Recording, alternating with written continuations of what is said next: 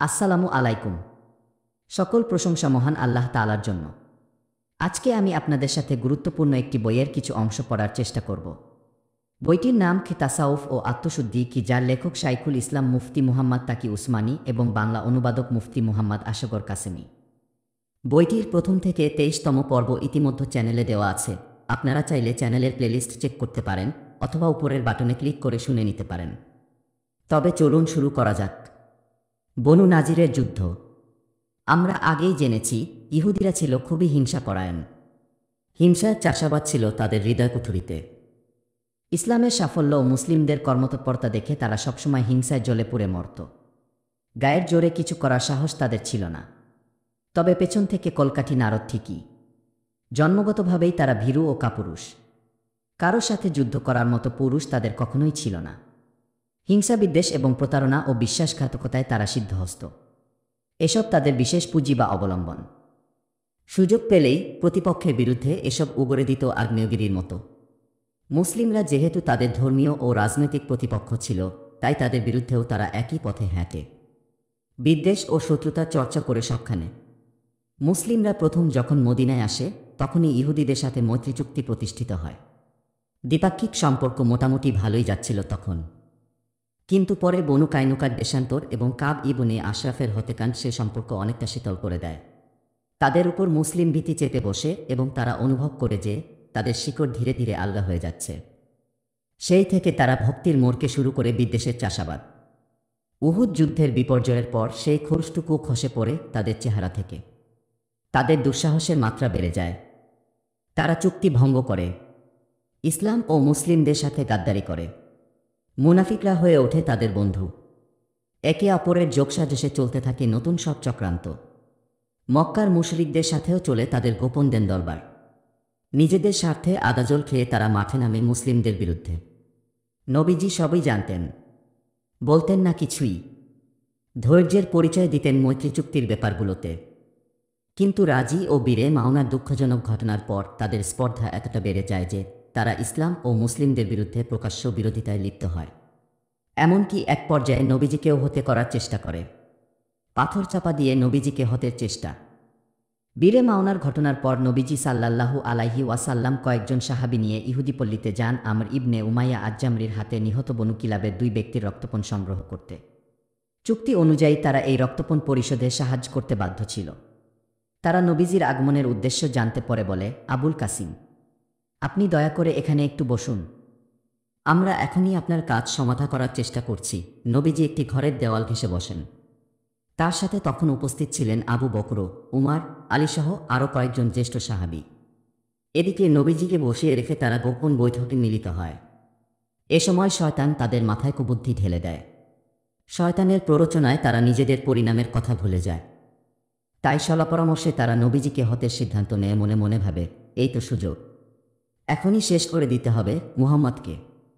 এরপর তারা আলোচনা করে এই হত্যাকাণ্ড কার মাধ্যমে ঘটানো যায় সে সম্পর্কে। নেতৃস্থানীয়রা বলে, আমরা মুহাম্মদকে পাথর চাপা দিয়ে হত্যা করতে চাই। এই সেই পাথর। তাই তোমাদের মধ্যে কে এই বিশাল পাথরটি ছাদের ওপর থেকে তার মাথায় ফেলতে পারবে? আমর ইবনে জাহাস নামের এক হতভাগা বলে ওঠে, আমি পারব। তখন সাল্লাম ইবনে মিশকাম নামের এক ভদ্রলোক বলে, তোমরা এটা করো না। আমি আল্লাহর কসম করে বলতে পারি, তোমাদের ষড়যন্ত্র সম্পর্কে এখনই তাকে জানিয়ে দেওয়া হবে অদৃশ্য সত্তার পক্ষ থেকে। তাই সাবধান হয়ে যাও।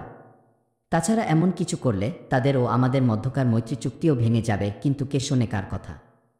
তারা তাদের চক্রান্তের ওপর অবিচল থাকে। পরে তাদের খেসারত দিতে হয়েছে সেভাবেই। তাদের পরামর্শ শেষ হতে না হতেই জিবরিল আমিন ওহী নিয়ে আসেন নবীজির কাছে। মুহূর্তেই ফাঁস হয়ে যায় তাদের ষড়যন্ত্র। নবীজি সঙ্গে সঙ্গে সাহাবীদের নিয়ে সেখান থেকে সরে পড়েন। সাহাবীরা তার আচানক প্রস্থানের কারণ জানতে চাইলে তিনি ইহুদিদের ষড়যন্ত্রের কথা তুলে ধরেন। মদিনায় ফিরে তিনি মুহাম্মদ ইবনে মাসলামাকে এই নির্দেশ দিয়ে বনু নাজিরে পাঠান, তোমরা অতি শীঘ্রই মদিনা ত্যাগ করো। তোমরা ইতোমধ্যেই এখানে বসবাসের অধিকার হারিয়েছ। তোমাদের 10 দিনের সময় দিলাম। 10 দিন পর কাউকে এখানে পাওয়া গেলে তাকে হত্যা করা হবে। এই চরমতম হুঁশিয়ারির পর ইহুদিদের সামনে মদিনা ছেড়ে যাওয়া ছাড়া আর কোনো পথ খোলা থাকে না। তাই সুবোধ বালকের মতো তারা তল্পিতল্পা গোছাতে ব্যস্ত হয়ে পড়ে। মুনাফিক সর্দার আবদুল্লাহ ইবনে উবাইয়ের কাছে এ সংবাদ পৌঁছলে সে বলে পাঠায়, তোমরা কোথাও যাবে না তোমাদের ঘরবাড়ি ছেড়ে। আমি 2000 সৈন্য নিয়ে এখনই তোমাদের সাথে অবস্থান নিচ্ছি তোমাদের দুর্গে। তোমাদের নিরাপত্তার প্রয়োজনে আমরা প্রাণ দিতেও প্রস্তুত। তাছাড়া বনু কুরাইজা ও গাতফানের লোকেরাও এগিয়ে আসবে তোমাদের সাহায্যে। তার এই বক্তব্যে কুরআনে স্থান পেয়েছে এভাবে, তোমাদেরকে নির্বাসিত করা হলে আমরাও তোমাদের সাথে দেশত্যাগ করব। তোমাদের ব্যাপারে কারো কোনো কথা মানব না। আর যদি তোমাদের বিরুদ্ধে যুদ্ধ করা হয় তাহলে আমরা অবশ্যই তোমাদেরকে সাহায্য করব। আল্লাহ সাক্ষ্য দিচ্ছেন, তারা অবশ্যই মিথ্যাবাদী। আবদুল্লাহ ইবনে উবাইয়ের এ আশ্বাসে ইহুদিদের নেতা হুয়াই ইবনে আখতাব বুকে বল ফিরে পায় এবং সেই বলে বলিয়ান হয়ে সে নবীজিকে বলে পাঠায়, আমরা আমাদের ঘরবাড়ি ছেড়ে কোথাও যাচ্ছি না। আপনি যা ইচ্ছা করতে পারেন। তাদের এই প্রতিউত্তরের প্রেক্ষিতে মুসলিমদের জন্য ত্বরিত যথাযথ ব্যবস্থামূলক সিদ্ধান্ত নেওয়া ছিল বেশ কঠিন। কারণ মুসলিমরা তখন ইতিহাসের সবচেয়ে কঠিনতম মুহূর্ত পার করছিল। উহুদ যুদ্ধের পর যে সময়টা ছিল ক্ষত সারিয়ে ওঠার, সে সময়টায় ক্ষত সারেনি, বরং আরও গভীর হয়েছে রাজি ও বীরে মাওনার ঘটনায়। সবশেষে বনু নাজির কর্তৃক নবীজির হতে চেষ্টা চরমভাবে নাড়িয়ে দিয়েছে মুসলিমদের শেকড়। তাদের এই ধৃষ্টতার একমাত্র শাস্তি ছিল তরবারির শানিত আঘাত। কিন্তু মুসলিমদের অভ্যন্তরীণ অবস্থা এখন এর অনুকূল নয়। তাছাড়া বাইরের পরিস্থিতিও ভীষণ বৈরী। আরবের সকল গোত্র তাদের বিরুদ্ধে ঐক্যবদ্ধ। এজন্য তারা যেদিকেই যাচ্ছে পরে পরে মার খাচ্ছে, নির্মমভাবে শহীদ হচ্ছে। এই নাজুক পরিস্থিতিতে সকলের বিরুদ্ধে দাঁড়িয়ে যাওয়া খুব সহজ কথা নয়। অবশ্য এসব বিবেচনা বাদ দিয়ে যদি শুধু বনু নাজিরের একক শক্তির দিকেও তাকানো হয়, তাহলেও এই মুহূর্তে তাদের বিরুদ্ধে যুদ্ধ করা খুব নিরাপদ নয়। কারণ তাদের দুর্গে অসূত্র ও রসদের মজুদ মুসলিমদের চেয়েও ঢের বেশি। এজন্য সহসাই তারা আত্মসমর্পণ করবে এমন সম্ভাবনা নেই বললেই চলে। সেক্ষেত্রে যুদ্ধ দীর্ঘ হবে। আর এই মুহূর্তে দীর্ঘ যুদ্ধের সূচনা করা মানে নতুন বিপদ ডেকে আনা। কিন্তু কারো যখন দেওয়ালে পিঠ থেকে যায়, তখন রুখে দাঁড়ানো ছাড়া তার আর কোনো উপায় থাকে না। মুসলিমদের ক্ষেত্রেও ঠিক তাই হয়। উহুদের বিপর্যয় এবং রাজি ও বীরে মাওনার ঘটনায় চারপাশের মানুষদের বিশ্বাসঘাতকতা ও প্রিয় সঙ্গীদের বেঘরে প্রাণবিসর্জন তাদের হৃদয়ে যে ক্ষোভ ও ক্ষত তৈরি করেছিল, বনু নাজিরের নবীহতের চেষ্টা সেটাকে বিস্ফোরক শক্তিতে রূপান্তরিত করে। সেই শক্তি কাজে লাগিয়ে তারা বনু নাজিরের বিরুদ্ধে যুদ্ধের সিদ্ধান্ত নেন। তাদের বিশ্বাস, এই যুদ্ধের ফলাফল যাই হোক, এর মাধ্যমে অন্তত নতুন পথের সূচনা হবে। অন্যথায় বিরোধী চক্রের যে লোলুপ দৃষ্টি তাদের দিকে প্রসারিত হয়েছে, তা তাদের শেকড় ধরে টান দেবে। এসব দিক বিবেচনায় এনে হুয়াই ইবনে আখতাবের উদ্ধত জবাবের প্রেক্ষিতে নবীজি সাল্লাল্লাহু আলাইহি ওয়াসাল্লাম যুদ্ধের ঘোষণা দেন। মদিনার ভারপ্রাপ্ত শাসক নিযুক্ত করেন আবদুল্লাহ ইবনে উম্মি মাকতুমকে, আর যুদ্ধের পতাকা তুলে দেন আলী ইবনে আবি তালিবের হাতে। তারা বনু নাজিরের নাকের ডাগায় পৌঁছে অবরোধ আরোপ করেন। নিঃশ্বাস ফেলতেও এবার চিন্তা করতে হয় তাদের। নিরুপায় হয়ে তারা সব গুটিয়ে আশ্রয় নেয় দুর্গের ভেতরে। আত্মরক্ষার্থে প্রাচীরের উপর থেকে মুসলিমদের লক্ষ্য করে তীরপাথর নিক্ষেপ করে। এক্ষেত্রে চারপাশের খেজুর গাছ ও বাগবাগিচা বিশেষ কাজে আসে তাদের। তারা এগুলোর আড়াল কাজে লাগিয়ে মুসলিম সেনাদের নিশানায় পরিণত করে। কাজেই নবীজি সেগুলো কেটে ও পুড়িয়ে ফেলার নির্দেশ দেন। এদিকে ইঙ্গিত করেই কবি হাসান আবৃত্তি করেন, বিশাল বাগান পুড়ে গেল তবু তাদের বিকার নাই, মুখ বুজে সব মানতে হবে, এছাড়া যে উপায় নাই। মহান আল্লাহ মুসলিমদের এই কাজের সমর্থনে অবতীর্ণ করেন, তোমরা খেজুরের যে গাছ কেটেছ বা তার শিকড়ের উপর বহাল রেখেছ, তা আল্লাহর অনুমতিক্রমেই দুর্গ অবরোধ করা হলে বনু কুরাইজা তাদের থেকে পৃথক থেকে যায়। আবদুল্লাহ ইবনে উবাই প্রতিশ্রুতি ভঙ্গ করে। বনু গাতফানও ভুলে যায় তাদের মৈত্রী চুক্তির কথা। কেউ এগিয়ে আসে না তাদের দিকে, না সাহায্য নিয়ে আর না প্রাণ বাঁচাতে। তাদের নির্বিকার মিত্রদেরকে আল্লাহ শয়তানের সঙ্গে তুলনা করে বলেন, এরা আসলে শয়তানের মতো, সে মানুষকে বলে কুফরি করো। এরপর মানুষ যখন কুফরি করে তখন সে বলে, তোমার সাথে আমার কোনো সম্পর্ক নেই, আমি বিশ্বজগতের প্রতিপালক আল্লাহকে ভীষণ ভয় করি। মুসলিমদের অবরোধ খুব বেশি দীর্ঘায়িত হয় না, মাত্র 6 রাত বা 15 রাত। এরই মধ্যে অবরুদ্ধ ইহুদিরা দিশেহারা হয়ে পড়ে। আল্লাহ তাদের অন্তরে ভয় ঢেলে দেন। তাদের মনোবল ভেঙে যায় এবং তারা যুদ্ধের সংকল্প ছেড়ে আত্মসমর্পণের সিদ্ধান্ত নেয়। সে অনুযায়ী তারা নবীজির কাছে দূতের মাধ্যমে এই বার্তাটি পাঠায়, আমরা মদিনা ত্যাগ করতে প্রস্তুত, দয়া করে অবরোধ তুলে নিন।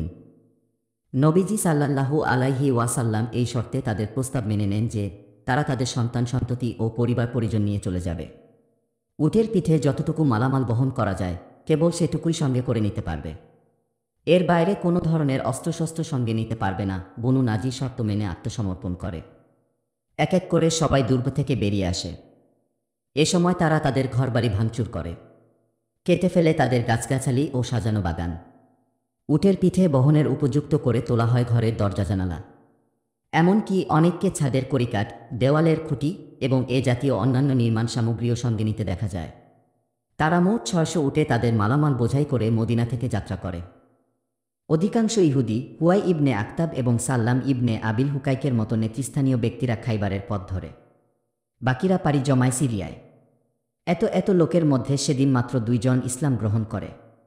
তাদের একজন ইয়ামিন ইবনে আম, অপরজন আবু সাদ ইবনে ওয়াহাব। এ দুজন সাহাবীর ধনসম্পদসহ সবকিছু সংরক্ষণ করা হয়। কেউ হস্তক্ষেপ করে না সেগুলোতে। বনু নাজির চলে যাওয়ার পর নবীজি তাদের অস্ত্রগুলো কবজা করেন। জমিজমা, বাড়িঘর ও ধনসম্পদ নিজের অধিভুক্ত করেন। অস্ত্রের মধ্যে ছিল 50টি লৌহবর্ম, 50টি শিরস্ত্রাণ এবং 340টি তরবারি। আল্লাহ বিশেষভাবে তার রাসূলকে এ সমুদয় সম্পত্তি ও যুদ্ধাস্ত্রের মালিক করেন। এখানে গনিমতের কোনো বিধান কার্যকর হয় না, কারণ বিনা যুদ্ধেই আল্লাহ এসব তার হাতে এনে দিয়েছেন। কোনো পদাতিক বা আরোহী যোদ্ধাকে যুদ্ধ করতে হয়নি এজন্য। তবু নবীজি সেসব সম্পদ প্রথম সারির মুহাজিরদের মধ্যে বণ্টন করে দেন। এর বাইরে আনসারদের মধ্যে শুধু আবু দুজানা ও সাহল ইবনে হুনাইফকে কিছু অংশ দেওয়া হয়, তাদের দারিদ্র্যের দিকে লক্ষ্য রেখে। অবশ্য এখান থেকে নবীপত্নীদের সারা বছরের খরচপত্র নির্বাহ করা হয়। বাকি সম্পদ ব্যয় করা হয়েছে অস্ত্র ও রসদের পেছনে। বনু নাজিরের যুদ্ধ 4th হিজরির রবিউল আওয়াল তথা 625 খ্রিস্টাব্দের আগস্ট মাসে সংঘটিত হয়। এ প্রেক্ষিতেই আল্লাহ সূরা হাশর অবতীর্ণ করেন। সেখানে তিনি ইহুদিদের দেশান্তর হওয়া মুনাফিকদের শর্তা নিয়ে আলাপ করেন। মালেফাই বা যুদ্ধলব্ধ সম্পদের বিধান, আনসার ও মুহাজিরদের সদ্গুণ এবং বিশেষ বিবেচনায় সত্যভূমিতে জ্বালাও পোড়াও ও বনভূমি উজাড় করার বিধানাবলীও সবিস্তরে তুলে ধরেন। তিনি বলেন, কলেন রাষ্ট্র গঠনের প্রয়োজনে এমন কিছু করতে হলে সেটা কখনোই বিশৃঙ্খলা বলে বিবেচিত হয় না। এসব ঘটনা ও বিধানাবলী বর্ণনার পর তিনি মুমিনদেরকে তাকওয়া ও আখিরাতের প্রস্তুতি গ্রহণের উপদেশ দেন। সবশেষে তার অনিন্দ্য সুন্দর নামসমূহ, গুণাবলী ও প্রশংসামূলক কথা বলে সূরার সমাপ্তি টানেন। ইবনে আব্বাস বলেন, সূরাতুল হাশরের অপর নাম সূরা নাজির। নাজদের যুদ্ধ। বনু নাজিরের যুদ্ধে মুসলিমরা কোনো ধরনের যুদ্ধবিগ্রহ বা সংঘর্ষ ছাড়াই বিশাল সাফল্য অর্জন করে। এতে মদিনায় তাদের হারানো জৌলুস ফিরে আসে। হাসি ফুটে ওঠে স্বজন হারানো দুঃখী মানুষগুলোর মুখে। মজবুত হয় মুসলিমদের ভিত্তি। ওদিকে আবারও নড়বড়ে হয়ে ওঠে মুনাফিকদের অবস্থা ও অবস্থান। ভেস্তে যায় তাদের সমস্ত ষড়যন্ত্র ও কূটকৌশল। মদিনা এখন নিরাপদ। ভেতরের পরিবেশ পুরোদস্তুর শান্ত। প্রাণজুড়ানো হিমেল হাওয়া বয়ে চলেছে ইয়াসরিবের প্রতিটি কোণে। নবীজি সাল্লাল্লাহু আলাইহি ওয়াসাল্লাম এবার ভেতর সামলে বাইরের দিকে মনোযোগী হন। প্রথমেই তিনি বেদুইনদের পর্যবেক্ষণে আনেন, কারণ উহুদ যুদ্ধের পর থেকে এরা মুসলিমদের কষ্ট দিয়ে আসছিল। দিনের দায়দের ওপর খড়গ হাতে ঝাঁপিয়ে পড়ছিল। অন্যায়ভাবে হতে করেছিল তার বিশ্বস্ত ও প্রশিক্ষিত সাহাবীদের। এরা এতবার বেড়েছিল যে মদিনায় আক্রমণের ফন্দি পর্যন্ত এঁটেছিল। বনু নাজিরের যুদ্ধ শেষে নবীজি বিশ্বাসঘাতক বেদুইনদের শিক্ষা দেওয়ার কথা ভাবছিলেন। এরই মধ্যে সংবাদ আসে, বনু গাতফানের শাখাগোত্র বনু মুহারিব ও বনু সালাবা মুসলিমদের বিরুদ্ধে যুদ্ধ করার লক্ষ্যে বেদুইনদের থেকে সৈন্য সংগ্রহ শুরু করে দিয়েছে। সংবাদ পেয়ে নবীজি সঙ্গে সঙ্গে সৈন্য সামন্ত নিয়ে নাজদ অভিমুখে রওনা করেন। এবার তার লক্ষ্য বেদুইনদের অন্তরে ভয়ের বীজ বপন করা, যেন অদূর ভবিষ্যতে তারা মুসলিমদের দিকে চোখ তুলেও তাকাতে না পারে। লুণ্ঠন, ছিনতাই ও হঠকারিতায় অভ্যস্ত বেদুইনরা মুসলিমদের এই আকস্মিক অভিযানের সংবাদ শুনে ভীতসন্ত্রস্ত হয়ে পড়ে। প্রতিরোধের কথা না ভেবে তারা সোজা গিয়ে আশ্রয় নেয় পাহাড় চূড়ায়। মুহূর্তে তাদের মাথা থেকে উধাও হয়ে যায় মুসলিমদের উপর আক্রমণের চিন্তা। তারাই বরং এখন মুসলিমদের ভয়ে কুণ্ঠিত, প্রাণ ভয়ে পলাতক। তাদের এই ভয় বিহ্বলতায় নবীজির করুণা হয়। তিনি কোনো রকমের রক্তপাত না ঘটিয়ে কেবল ভয় দেখিয়েই এ যাত্রায় সমাপ্তি টানেন। ফিরে আসেন মদিনায়। অবশ্য মাগাজি ও সিরাহ লেখকগণ 4th হিজরির রবিউল আখির বা জুমাদাল উলা মাসে নাজদ ভূমিতে মুসলিমদের পরিচালিত সুনির্দিষ্ট আরও একটি যুদ্ধের কথা উল্লেখ করে থাকেন। এ যুদ্ধকে তারা অভিহিত করেন জাতুর রিকা বলে। তৎকালীন মদিনার পরিবেশও এমন একটি যুদ্ধের সম্ভাবনাকে সমর্থন করে, কারণ উহুদ যুদ্ধ থেকে আবু সুফিয়ান ফিরে যাওয়ার সময় পরবর্তী বছর বদর প্রান্তরে পুনরায় যুদ্ধে মিলিত হওয়ার অঙ্গীকার করেছিল। মুসলিমদেরও সায় ছিল তাতে। এরপর দিন যত গড়াতে থাকে, সম্ভাবে সেই যুদ্ধের সময়ও তত ঘনিয়ে আসতে থাকে। কিন্তু মদিনাকে অবিন্যস্ত ও অরক্ষিত রেখে সেই বিশাল যুদ্ধে অংশ নিলে তার ফলাফল যে খুব ভালো হবে না তা মানব ইতিহাসের সেরা সমরজ্ঞানী নবীজি তো বটেই, সাধারণ সাহাবীরাও বুঝতে পারছিলেন। এজন্য মদিনা চারপাশে লুণ্ঠন ও অরাজকতা প্রিয় যে স্কল বেদুইন বসবাস করত, তাদের দমন করা ছাড়া কোনো উপায় ছিল না। সামরিক এই দৃষ্টিকোণ সামনে রাখলে স্পষ্ট হয়ে ওঠে সে সময় অবশ্যই কোনো যুদ্ধ হয়ে থাকবে। তবে এই যুদ্ধকে জাতুর-রিকা বলা সঠিক নয়, কারণ জাতুর-রিকা যুদ্ধে আবু হুরায়রা ও আবু মুসা আশারিও অংশ নেন। অথচ আবু হুরায়রা ইসলাম গ্রহণ করেন খাইবার যুদ্ধের কিছুদিন আগে। তেমনি আবু মুসা আশারিও খাইবার যুদ্ধ চলাকালীন সময়ে নবীজির খিদমতে উপস্থিত হন। তাই এটা নিশ্চিত করেই বলা যায় যে জাতুর-রিকা খাইবার যুদ্ধের পরে সংঘটিত হয়েছে। চতুর্থ হিজরির পর এ যুদ্ধ সংঘটিত হওয়ার আরও একটি প্রমাণ হচ্ছে নবীজি সাল্লাল্লাহু আলাইহি ওয়াসাল্লাম এ যুদ্ধে সালাতুল খাউফ আদায় করেন, যা প্রবর্তন করা হয় গাজওয়ায়ে উসফানে। আর সর্বসম্মতিক্রমে গাজওয়ায়ে উসফান হয় পঞ্চম হিজরির শেষ দিকে সংঘটিত খন্দক যুদ্ধের পরে দ্বিতীয় বদরের যুদ্ধ। বেদুইনদের অবদমনের মধ্য দিয়ে মদিনার আকাশে স্থিতিশীলতা ও নিরাপত্তার কোমল ছায়া নেমে আসে। শুরু হয় আরেকটি যুদ্ধের প্রস্তুতি। মক্কার মুশরিকরা জার্জালেন ছুড়ে গিয়েছিল উহুদ প্রান্তরে। ইতিহাসে এই যুদ্ধটি দ্বিতীয় বদর নামে পরিচিত। এই যুদ্ধে মুসলিমদের মুখোমুখি হতে হবে তাদের সবচেয়ে বড় শত্রু কুরাইশদের। দেখতে দেখতে প্রতিশ্রুত সে যুদ্ধের সময় ঘনিয়ে আসে। চূড়ান্ত লড়াইয়ে নামতে হবে সবার। কাজেই নবীজি সাল্লাল্লাহু আলাইহি ওয়াসাল্লামের জন্য এটা খুবই স্বাভাবিক ছিল যে তিনি যুদ্ধের কৌশল নতুন করে সাজাবেন, যাতে উহুদ প্রান্তরের অমীমাংসিত বিষয়টির নিষ্পত্তি হয় এবং সবচেয়ে যোগ্য ও উপযুক্ত দলটি তাদের যথার্থতার প্রমাণ দিতে পারে। সে লক্ষ্যে চতুর্থ হিজরির শাবান তথা 626 খ্রিস্টাব্দের জানুয়ারিতে নবীজি ১,৫০০ সাহাবীকে নিয়ে প্রতিশ্রুত যুদ্ধের জন্য যাত্রা করেন। এ যাত্রায় তাদের সঙ্গে 10টি ঘোড়াও ছিল। যুদ্ধের পতাকা আলী ইবনে আবি তালিব রাজিয়াল্লাহু আনহুর হাতে। বদর প্রান্তরে যাওয়ার আগে নবীজি মদিনার ভারপ্রাপ্ত শাসক হিসেবে নিযুক্ত করেন আবদুল্লাহ ইবনে রাওয়াহাকে। মুসলিম বাহিনী যথাসময়ে বদর প্রান্তরে পৌঁছে যায়। সেখানে সেনা ছাউনি ফেলে এবং অপেক্ষা করতে থাকে মুশরিকদের আগমনের। ওদিকে আবু সুফিয়ান ও 50টি ঘোড়া আর 2000 সৈন্য নিয়ে ময়দানের উদ্দেশ্যে রওনা করে। তারা মক্কা থেকে একদিনের দূরত্ব অতিক্রম করে মারুজ জাহরানে পৌঁছে মাজিন্না নামক একটি জলাশয়ের পাশে ছাউনি ফেলে। এবার কেন জানি আবু সুফিয়ানের মক্কা থেকে বের হতে ইচ্ছে করছিল না, কিন্তু প্রতিশ্রুতি দিয়ে যুদ্ধে না এলেও মুখ থাকে না, তাই মুখ রক্ষার জন্য হলেও তাকে যুদ্ধযাত্রা করতে হয়। কিন্তু এতদূর এসেও তার মন সায় দেয় না। যুদ্ধের পরিণামের কথা ভাবতেই তার গায়ে কাঁটা দিয়ে ওঠে। মুসলিমদের ভয় তাকে আষ্টেপৃষ্ঠে জাপটে ধরে। তাই মারুজ জাহরানে শিবির স্থাপনের পরেও সে অজুহাত খুঁজতে থাকে মক্কায় ফিরে যাওয়ার।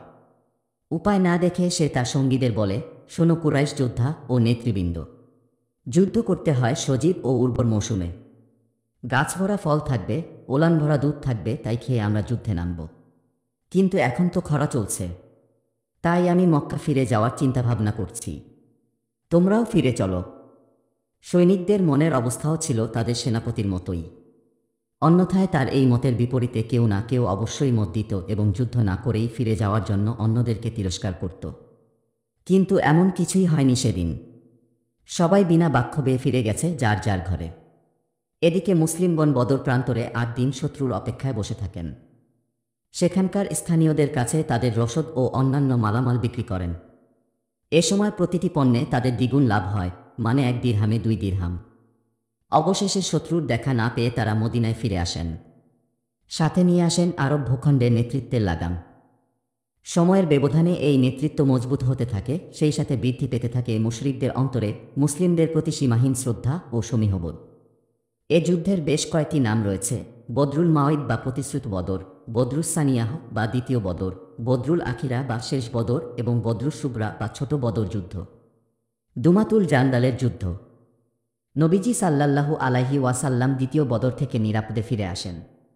সেই থেকে নিরাপত্তা নেমে আসে মদিনার মাটিতে। চারিদিকে গড়ে ওঠে শান্তিময় পরিবেশ। গোটা শহর ছেয়ে যায় প্রশান্তির ছোঁয়ায়।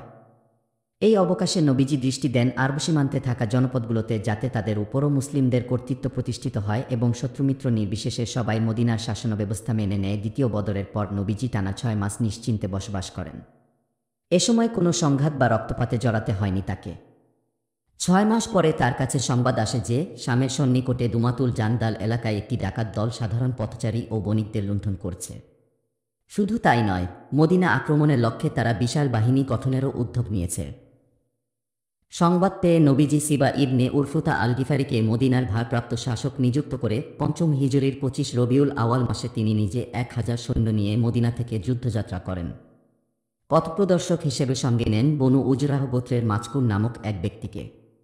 এই অভিযানে নবীজি রাতের বেলায় পথ চলতেন, আর দিনের বেলা থাকতেন আত্মগোপনে। এই বাড়তি সতর্কতা ছিল শত্রুপক্ষের উপর অতর্কিত আক্রমণ করে তাদেরকে দিশেহারা করে দেবার জন্য।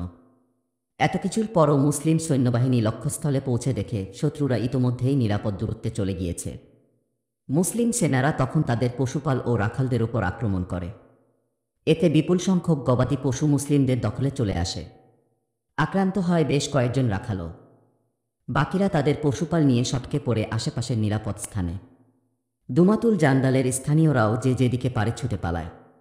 মুসলিমরা তাদের এলাকায় প্রবেশ করে দেখতে পায় পুরো এলাকা জনমানবশূন্য, শুনসান, নীরব, যেন কোনো কালেই কেউ বসবাস করেনি এখানে।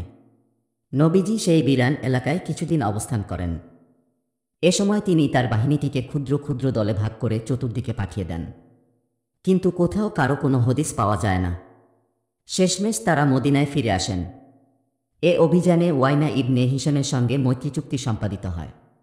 দুমাতুল জান্দাল শামের সীমান্তবর্তী একটি জনপদ। এখান থেকে দামেশকের দূরত্ব 5 রাত্রি, আর মদিনার দূরত্ব 15 রাত্রি।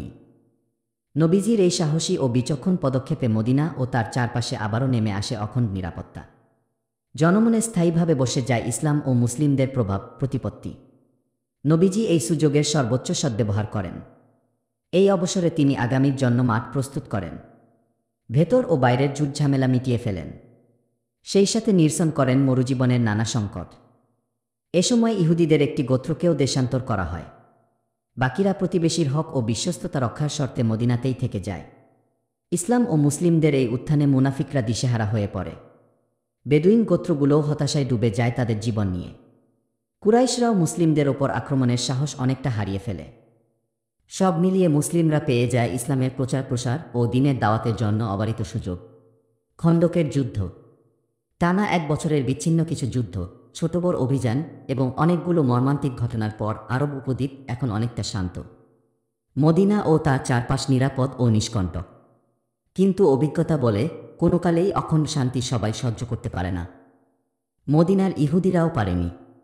তারা সময়ে অসময়ে নানান অপকর্ম, বিশ্বাসঘাতকতা ও বিদ্বেষ চর্চা করে শান্তি নষ্ট করার অপচেষ্টা করেছে। সেজন্য বারবার চড়া মূল্য তাদেরকে দিতে হয়েছে।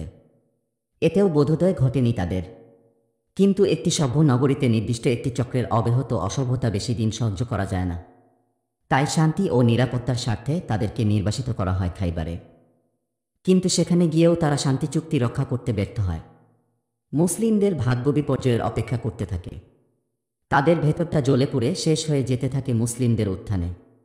দেখতে দেখতে মদিনার আশেপাশেও বিস্তৃত হয়ে পড়ে ইসলামী শাসন ও কর্তৃত্ব। এ অব্যাহত অগ্রযাত্রা রুখে দেওয়ার জন্য তারা নতুন করে ষড়যন্ত্রের জাল বুনতে শুরু করে। পরিবেশ উত্তপ্ত করার পেছনে লেগে পড়ে। প্রস্তুতি নেয় পৃথিবী থেকে মুসলিমদের উৎখাতের। তবে এবার তারা সরাসরি যুদ্ধে জড়াবে না। সে সাহস ও ক্ষমতা তাদের নেই। তারা এবার আগাবে ষড়যন্ত্রের গোপন ও জটিল পথে। এ লক্ষ্যে 20 জন ইহুদি ও বনু নাজিরের নেতৃস্থানীয় লোকদের একটি প্রতিনিধি দল মক্কার কুরাইশদের কাছে গমন করে। তাদেরকে নানাভাবে নবীজির বিরুদ্ধে যুদ্ধ করতে প্ররোচিত করে। পুরনো শত্রুতার কথা মনে করিয়ে দেয়। মৈত্রী চুক্তি সম্পাদনের প্রস্তাব করে তাদেরকে। সেই সাথে আশ্বাস দেয় যুদ্ধের দিনে সব ধরনের সাহায্য সহযোগিতার। তাদের এত প্রলোভনে কুরাইশরা সাড়া না দিয়ে পারে না। অবশ্য তাদের এই ত্বরিত সাড়াদানের পেছনে আরও একটি কারণ থাকতে পারে। সেটি হচ্ছে তারা অনুষ্ঠিতবে দ্বিতীয় বদরে অংশ নেবে বলেও নেয়নি। মাঝপথ থেকে ফিরে এসেছিল। সেদিন ধুলোয় মিশে গিয়েছিল তাদের মানসম্মান ও জাত্যভিমান। তাই তারা ভাবে এখনই সেই খুইয়ে ফেলা সম্মান পুনরুদ্ধারের উপযুক্ত সময়। কুরাইশদেরকে সম্মত করার পর প্রতিনিধি দলটি যায় বনু গাতফানে। নানা প্রলোভনে তাদেরকেও রাজি করে ফেলে। পরপর 2টি মন্ত্রণায় সফল হওয়ার পর তাদের উৎসাহ ও কর্মোদ্যম বেড়ে যায় বহুগুণ। তারা এবার আরবের অন্যান্য গোত্রের কাছে গিয়ে মুসলিমদের বিরুদ্ধে তাদেরকেও উত্তেজিত করে তোলে। এরপর সবার সামনে একটি সর্বদলীয় আক্রমণের খসড়া প্রস্তাবনা পেশ করে। প্রায় সকল গোত্রই তাদের প্রস্তাবে সায় দেয়। এভাবে ইহুদি নেতারা মুসলিমদের বিরুদ্ধে সর্বদলীয় জোট গঠনে ইন্ধন যোগায় এবং শতভাগ সাফল্য নিয়ে ঘরে ফিরে আসে। এরপর সব দলের পরামর্শে যুদ্ধযাত্রার দিনক্ষণ নির্ধারিত হয়। সে অনুযায়ী দক্ষিণাঞ্চল থেকে কুরাইশ, কিনানা এবং তিহামা অঞ্চলে তাদের যে সকল মিত্র ছিল তারা মদিনা অভিমুখে রওনা করে। এ বাহিনীর সৈন্য সংখ্যা 4000। এদের নেতৃত্বে আছে আবু সুফিয়ান। এরা মারুজ জাহরানে পৌঁছলে বনু সুলাইম এসে তাদের সাথে যুক্ত হয়। পূর্ব দিক থেকে আসে বনু গাতফান, বনু ফাজারা, বনু মুররা ও বনু আশজা। ফাজারার সেনাপতির দায়িত্ব পালন করে ওয়াইনা ইবনে হিশাম। মুররার নেতৃত্বে আছে হারিস ইবনে আউফ আর বনু আশজার নেতৃত্ব মিসার ইবনে রুখাইলার কাঁধে। এছাড়া বনু আসাদ সহ বিভিন্ন গোত্রের লোকজন এই অভিযানে অংশ নেয়। গোত্রগুলো তাদের চুক্তি অনুসারে নির্দিষ্ট সময়ে নির্দিষ্ট স্থান থেকে মদিনা অভিমুখে রওনা করে। দেখতে দেখতে অল্প দিনের ভেতর মদিনার সীমান্তে জড়ো হয়ে যায় বিশাল এক সর্বদলীয় বাহিনী। এ বাহিনীর মোট সৈন্য সংখ্যা প্রায় 10,000, যা মদিনার নারী, শিশু ও যুবক বৃদ্ধ মিলিয়ে মোট জনসংখ্যারও অনেক বেশি। এই বিশাল বাহিনী সরাসরি মদিনা সীমান্তে অতর্কিত হামলা চালালে মুসলিমদের জন্য মহাবিপজ্জনক পরিস্থিতির সৃষ্টি হতো। হয়তো ভূপৃষ্ঠ থেকে চিরতরে মুছে যেত ইসলাম ও মুসলিমদের নাম পরিচয়। কিন্তু মদিনার নেতৃত্ব শুরু থেকেই ছিল সজাগ। সম্মিলিত বাহিনীর গতিবিধির প্রতি সতর্ক দৃষ্টি রাখছিলেন মুসলিম গোয়েন্দারা। শত্রুদের প্রতিটি পদক্ষেপ তখন নবীজির নখদর্পণে। নবীজি সাহাবীদের নিয়ে জরুরি বৈঠকে বসেন। প্রতিরক্ষা ও প্রতিরোধ বিষয়ে বিস্তর আলাপ হয় সেখানে। শুরা সদস্যগণ যার যার বক্তব্যে ও প্রস্তাবনা তুলে ধরেন। এরপর সেগুলো নিয়ে বিস্তর পর্যালোচনা হয়। সবশেষে সালমান ফার্সি রাজিয়াল্লাহু আনহুর প্রস্তাবনা গৃহীত হয়। তিনি বলেন, হে আল্লাহর রাসূল, আমরা পারস্যের লোকেরা কোনো যুদ্ধে অবরুদ্ধ হয়ে পড়লে আত্মরক্ষার জন্য পরিখা খনন করতাম। এটি একটি অব্যর্থ যুদ্ধ কৌশল। তবে আরবের লোকেরা পরিখার সাথে পরিচিত নয়। মদিনার ভৌগোলিক অবস্থান বিবেচনায় তার পরিকল্পনাটি সবার মনপুত হয়। নবীজি সাল্লাল্লাহু আলাইহি ওয়াসাল্লাম যথাসম্ভব দ্রুত তা বাস্তবায়নের নির্দেশ দেন এবং প্রতি 10 জনকে 40 হাত করে পরিখা খনন করতে বলেন। মুসলিমরা বিপুল উদ্যমে খনন কাজ শুরু করেন। নবীজি তাদের উৎসাহ যোগান, তিনি নিজেও এই মহতী কাজে অংশ নেন। সাহল ইবনে সাদ বলেন, আমরা আল্লাহর রাসূলের সাথে খনন কাজ করছিলাম। আমাদের একদল কোদাল ও শাবল দিয়ে মাটি খনন করছিল, আরেক দল সেগুলো বয়ে নিয়ে যাচ্ছিল মাথায় ও পিঠে করে। এ সময় আল্লাহর রাসূল বলেন, হে আল্লাহ, আখিরাতের জীবনই প্রকৃত জীবন। আপনি মুহাজির ও আনসারদের ক্ষমা করুন। আনাস রাজিয়াল্লাহু আনহু বলেন, আল্লাহর রাসূল একদিন খন্দক পরিদর্শনে বের হয়ে দেখেন মুহাজির ও আনসার সাহাবীরা প্রচণ্ড শীতের সকালে খনন কাজ করছেন। তাদের কাজ করে দেবার মতো পর্যাপ্ত গোলাম বা শ্রমিক ছিল না। এজন্য সবাইকেই গায়ে গতরে খাটতে হচ্ছে। ক্ষুধ পিপাসায় শারীরিক শক্তি নিঃশেষ হয়ে গেছে কাজের সেই প্রথম প্রহরেই। এখন তারা কাজ করছেন সম্পূর্ণ মনের জোরে, আল্লাহ ও তার নবীর ভালোবাসায়। তাদের এই পরিশ্রান্ত মুখাবয়ব দেখে দুকরে কেঁদে ওঠে নবীজির কোমল হৃদয়। অমনি তিনি আবৃত্তি করেন, এই দুনিয়া তুচ্ছ অতি, আখিরাতি সার। তোমার ক্ষমা পায় যেন মুহাজির আনসার। তার আবৃত্তির জবাবে সাহাবীগণ সুর মেলান, আমরা শপথ নিয়েছি মুহাম্মাদের হাতে করব জিহাদ যতদিন বাঁচি দুনিয়াতে। বারা ইবনে আজিব বলেন, পরীক্ষা খননের সময় আমি আল্লাহর রাসূলকে মাটি টানতে দেখেছি। ধুলোবালিতে তার গোটা দেহ তখন ধূসরিত হয়ে উঠেছিল। মাটি টানতে টানতে তিনি গুনগুন করে ইবনে রাওয়াহার এই কবিতাটি আবৃত্তি করছিলেন, আপনি না দেখালে মাবুদ, পেতাম না পথের দিশা, ইবাদতে বসত না মন, কাটত না অমানিসা। আপনার জন্য আমরা ফিদা, করুন আমাদের ক্ষমা। যুদ্ধের দিনে আমরা যেন থাকি একসাথে জমা, আমাদের বিরুদ্ধে আজ এক হয়েছে সব দুশমন, কারণ আমরা কুফর ছেড়ে এসেছি ইমানে মন। বর্ণনাকারী বলেন, নবীজি সেই কবিতার শেষ চরণটি দীর্ঘলয়ে আবৃত্তি করেন। অপর এক বর্ণনায় কবিতার শেষাংশটি ছিল এমন, অত্যাচারের খড়গ কিপান নামছে দেখো মোদের উপর, ষড়যন্ত্র রুখে দিতে আমরাও এবার হবতৎপর, ক্ষুধার যন্ত্রণায় কাতর সাহাবীগান। তবুও ছন্দের তালে তালে দ্রুত গতিতে এগোয় খনন কাজ। পিঠের সঙ্গে লেপ্টে যাচ্ছিল তাদের পেটের চামড়া। সে কথা মনে পড়লেও গা শিউরে ওঠে, বুক ফেটে যায় মনস্তাপে। আনাস রাজিয়াল্লাহু আনহু বলেন, খন্দক খননকারীদের কাছে দুমুঠো জব আনা হতো। পচা দুর্গন্ধযুক্ত তেল দিয়ে রুটি বানিয়ে ক্ষুধার্ত সবার সামনে পেশ করা হতো। এই দুর্গন্ধযুক্ত ও রুচিকর খাবারই তারা গলাধকরণ করতেন। আবু তালহা বলেন, নবীজির কাছে আমরা ক্ষুধ পিপাসার অভিযোগ করি। কাপড় সরিয়ে পেটে বাঁধা পাথর দেখাই। তিনি মুখে কিছু না বলে আলগোছে তার পেটের কাপড় সরিয়ে দেন। আমরা তখন অবাক বিস্ময়ে আবিষ্কার করি তার পেটে একটি নয়, দুইটি পাথর বাঁধা। পরীক্ষা খননের সময় নবুয়তের বিশেষ কয়েকটি নিদর্শন প্রকাশিত হয়। জাবির ইবনে আবদুল্লাহ একবার লক্ষ্য করেন, প্রচণ্ড ক্ষুধায় নবীজি সাল্লাল্লাহু আলাইহি ওয়াসাল্লাম একেবারে গুটিয়ে গেছেন, তবু সমান তালে কাজ করে যাচ্ছেন সবার সাথে। বিষয়টি তাকে ব্যথিত করে। অমনি তিনি বাড়িতে চলে যান।